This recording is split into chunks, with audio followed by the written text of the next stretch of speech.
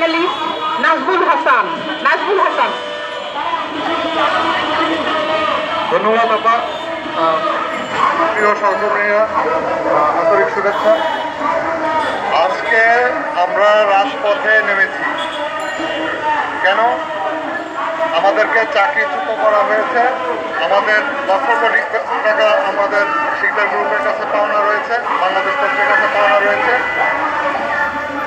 একজন ব্যক্তি, এই ব্যক্তিটার নাম হচ্ছে সদরুল হাসান, যে বাংলাদেশ পোস্টের রানিং ভারপ্রাপ্ত সম্পাদক। তার সম্পর্কে আসলে বলতে গেলে আমার সেই মন মানসিকতা নেই, তবুও দুই কথা আমি বলবো। সেটা হচ্ছে, আমি প্রথমত মনে করি তার নিয়োগ প্রক্রিয়া সম্পূর্ণ অবৈধ এবং সে মালিক পক্ষকে সে ব্ল্যাকমেইল করে সে বাংলাদেশ পোস্টে অনুপ্রবেশ করেছে।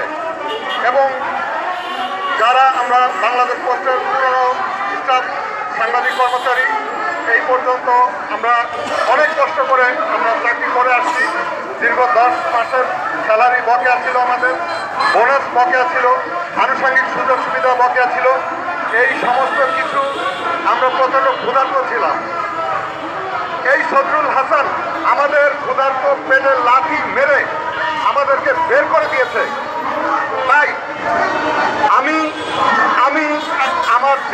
আমার টাকা পয়সা পাওনা এগুলো আমি বুঝে পেতে চাই। সেই সাথে আমি সদরুল হাসানকে অবাঞ্ছিত ঘোষণা করার জন্য আমার নেতৃবৃন্দকে আমি অনুরোধ করছি যে তাকে যেন অবিলম্বে অবাঞ্ছিত ঘোষণা করা হয়। শুধু সে নয়, বাংলাদেশ পোস্টে তার যে সহযোগী যারা আছে তাদেরকে।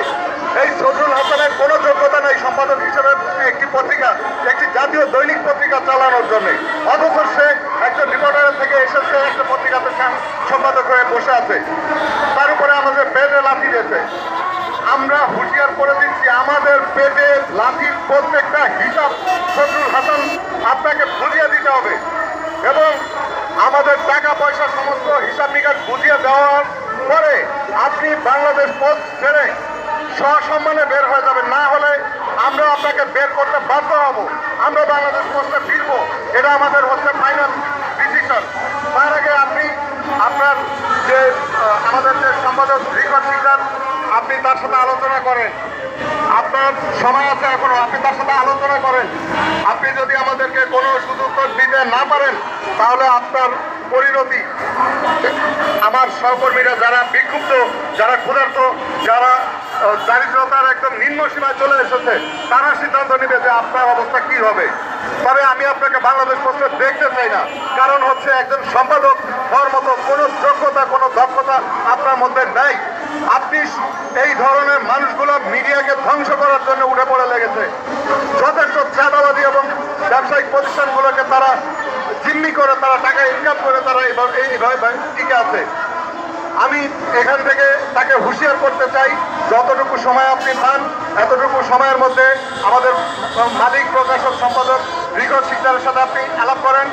যদি আপনি আলাপ করতে ব্যর্থ হন তাহলে আমরা বাংলাদেশ পোস্টকে আমরা ঘেরাও করব এবং আপনাদেরকে আমরা বিতাড়িত করব এবং এই প্রতিষ্ঠান পরিচালনার দায়িত্বে সাধারণ এই চাকরিচ্যুত কর্মচারীরা আবার ফেরত আসবে।